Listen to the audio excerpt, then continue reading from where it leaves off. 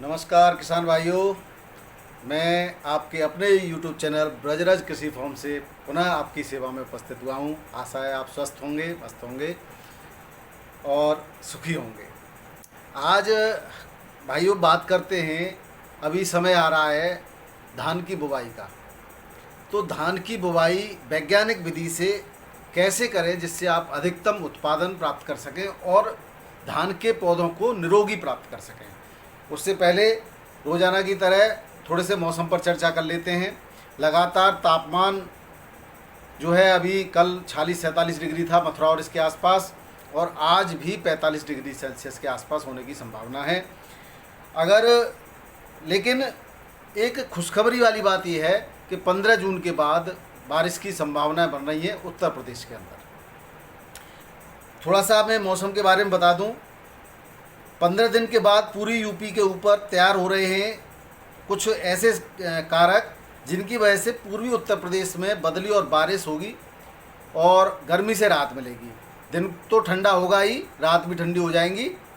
15 जून से तापमान 40 degree Celsius या उससे नीचे रहेगा और रात का पारा 26 से 27 डिग्री सेल्सियस के आसपास रहेगा।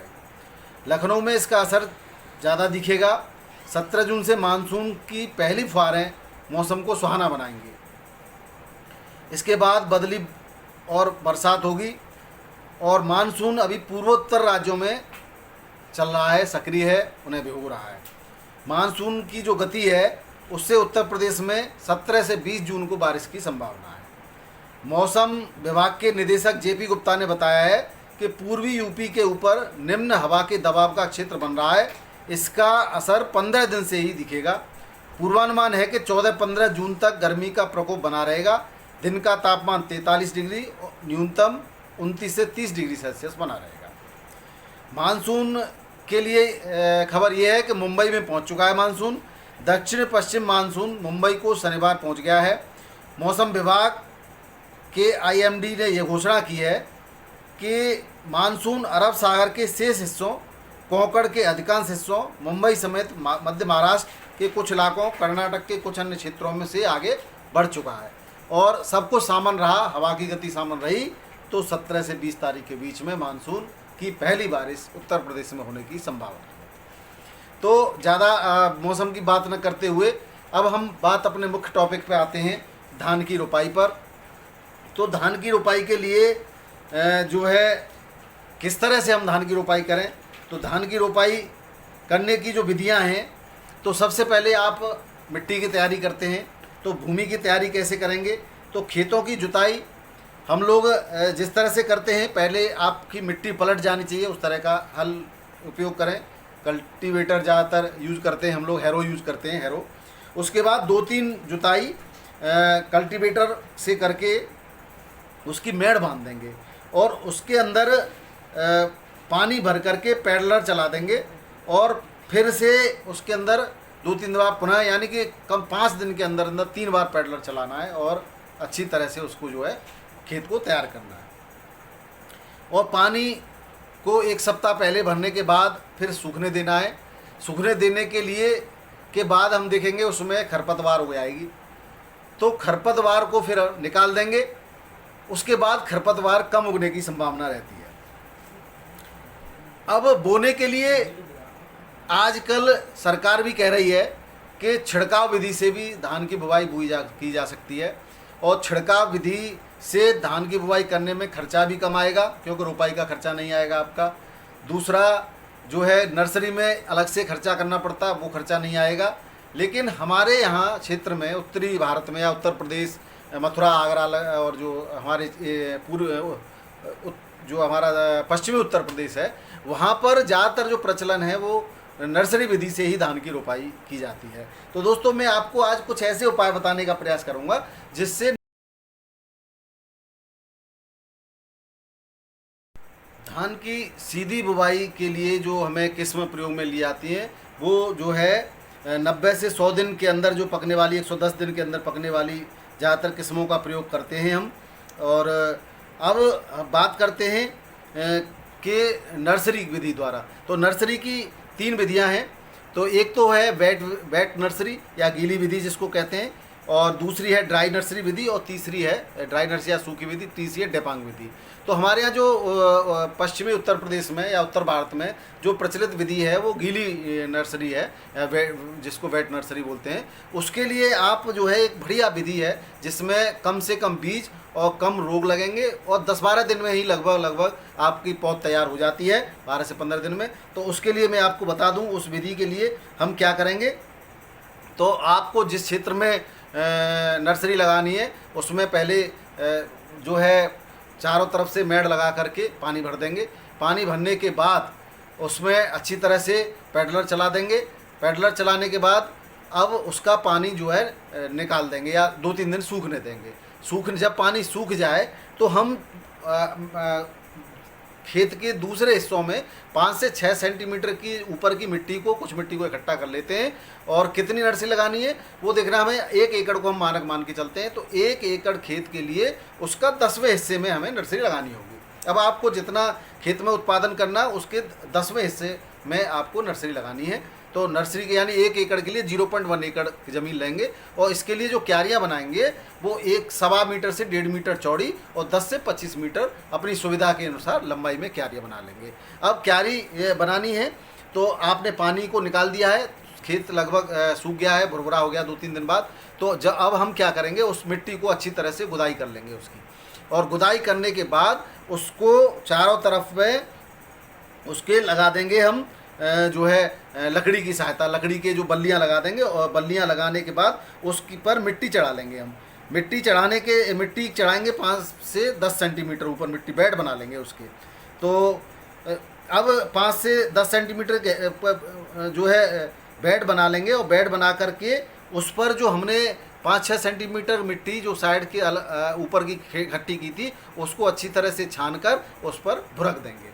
जब मिट्टी भुरक देंगे तो इसमें उसके अलावा इसको जो तैयार करने से पहले जो गोबर है, तो करीब जो है 1 एकड़ के लिए 200 किलो गोबर की आवश्यकता होगी। और अगर आपने ट्राइकोडर्मा या सूडोमोनास मिला हुआ गोबर मिलाया है तो और भी अच्छी बात है।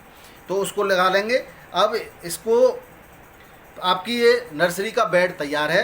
अब इसके अंदर हम जो है फंगस जनित रोगों से बचाने के लिए, जड़ गलन या अन्य है भूमि संबंधी रोगों से बचाने के लिए बीज को जो है आप उपचार करने के लिए स्ट्रेप्टोसाइक्लिन का प्रयोग करें।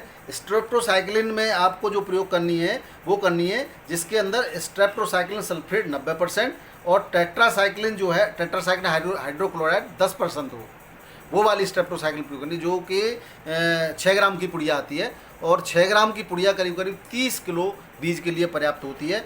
तो ये आपको 5 किलो बीज में 1 ग्राम जो है स्ट्रेप्टोसाइक्लिन को पहले अलग से घोल लेना है। स्ट्रेप्टोसाइक्लिन को अलग से किसी गिलास में या बर्तन में ढंग से घोल लेना है, क्योंकि वो घुलता नहीं है ढंग से। और उसके बाद आप लेंगे कार्बेंडाजिम 25% और मैंकोजेब 25% वाला, ये जो फंगीसाइड लेकर के, और ये लेंगे 3 ग्राम प्रति किलो बीज के हिसाब से, यानी जितना बीज लेना है उसमें 3 ग्राम का ये कार्बेंडाजिम 25% और जो है आपका मैंकोजेब 25% वाला जो है फंगीसाइड लेकर के और स्ट्रेप्टोसाइक्लिन दोनों को मिला करके बीज में अच्छी तरह से जो है उपचारित कर लेंगे। उपचारित करने के बाद ये जो है हम आगे जो है नर्सरी में बीज को लगा देंगे। दोस्तों, धान की बीज की किस्मों की बात करते हैं। तो बीज की जो किस्में हैं, जो प्रचलित किस्में हैं, उनके बारे में ज़रा जान लीजिए आप। तो पहली है पंत धान 12 यह किस्म 115 से 120 दिन में पक जाती है। यह किस्म बुंदेलखंड को छोड़कर उत्तर प्रदेश के सभी मैदानी क्षेत्रों के लिए उपयुक्त है। इसकी उपज 55 से 60 कुंटल प्रति हेक्टेयर होती है।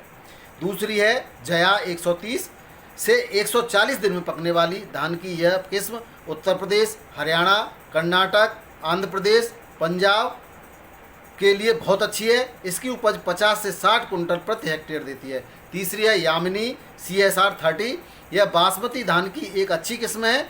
इसके चावल पतले, लंबे, मुलायम एवं खुशबूदार होते हैं। इसका औसत कद 150 से 160 सेंटीमीटर होता है तथा पकने के लिए 155 दिन का समय लेती है। इसकी औसत उपज 40 से 45 कुंटल प्रति हेक्टेयर होती है।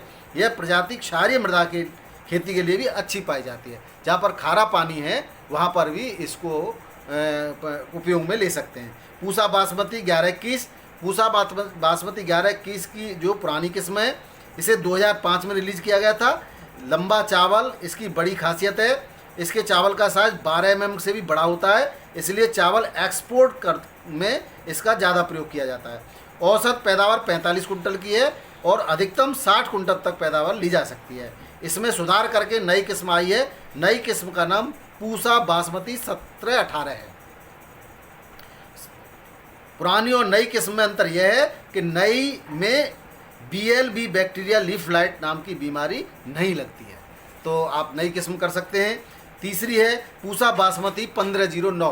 दोस्तों आलू किसानों के लिए सर्वाधिक उपयोगी किस्म है 1509, क्योंकि ये जो है 7-8 साल पुरानी किस्म है, इसकी डिमांड अच्छी है। ये कम अवधि में पैदा होने वाला धान है, बोने से कटने तक 110 से 115 दिन का समय इसमें लगता है। इसकी पैदावार औसतन 50 कुंटल की, लेकिन कई जगह पर 60 से 65 कुंटल तक की पैदावार इससे ली गई है। इसमें खर्च भी कम आता है, किसानों की आय बढ़ाने में सहायक है। जो लोग सरसों तथा आलू की फसल लेना चाहते हैं उनके लिए यह अच्छी किस्म है, क्योंकि ये कम अवधि के कारण जल्दी इससे खेत खाली हो जाता है। पंजाब, हरियाणा, यूपी, हिमाचल प्रदेश और उत्तराखंड के लिए ये सबसे उत्तम किस्म है।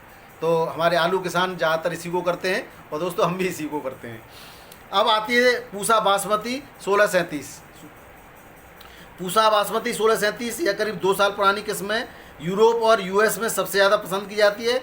इसमें बीमारी नहीं लगती, जिसकी वजह से इस धान को पैदा करने में कीटनाशक का बहुत कम इस्तेमाल किया जाता है। आमतौर पर बासमती में ब्लास्ट गर्दन तोड़ बीमारी होती है, जिसमें बाली सूख जाती है।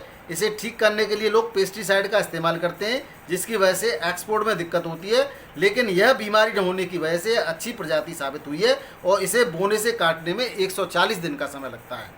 पश्चिमी यूपी, हरियाणा, यमुनानगर, कुरुक्षेत्र, अम्बाला, करनाल, पानीपत, जींद, सिरसा, पंजाब के पटियाला के लिए यह किस्म मुफीद है और इसमें औसत पैदावार 45 से 50 कुंटल प्रति हेक्टेयर की है, लेकिन कहीं कहीं 75 कुंटल प्रति हेक्टेयर भी पैदावार ली गई है।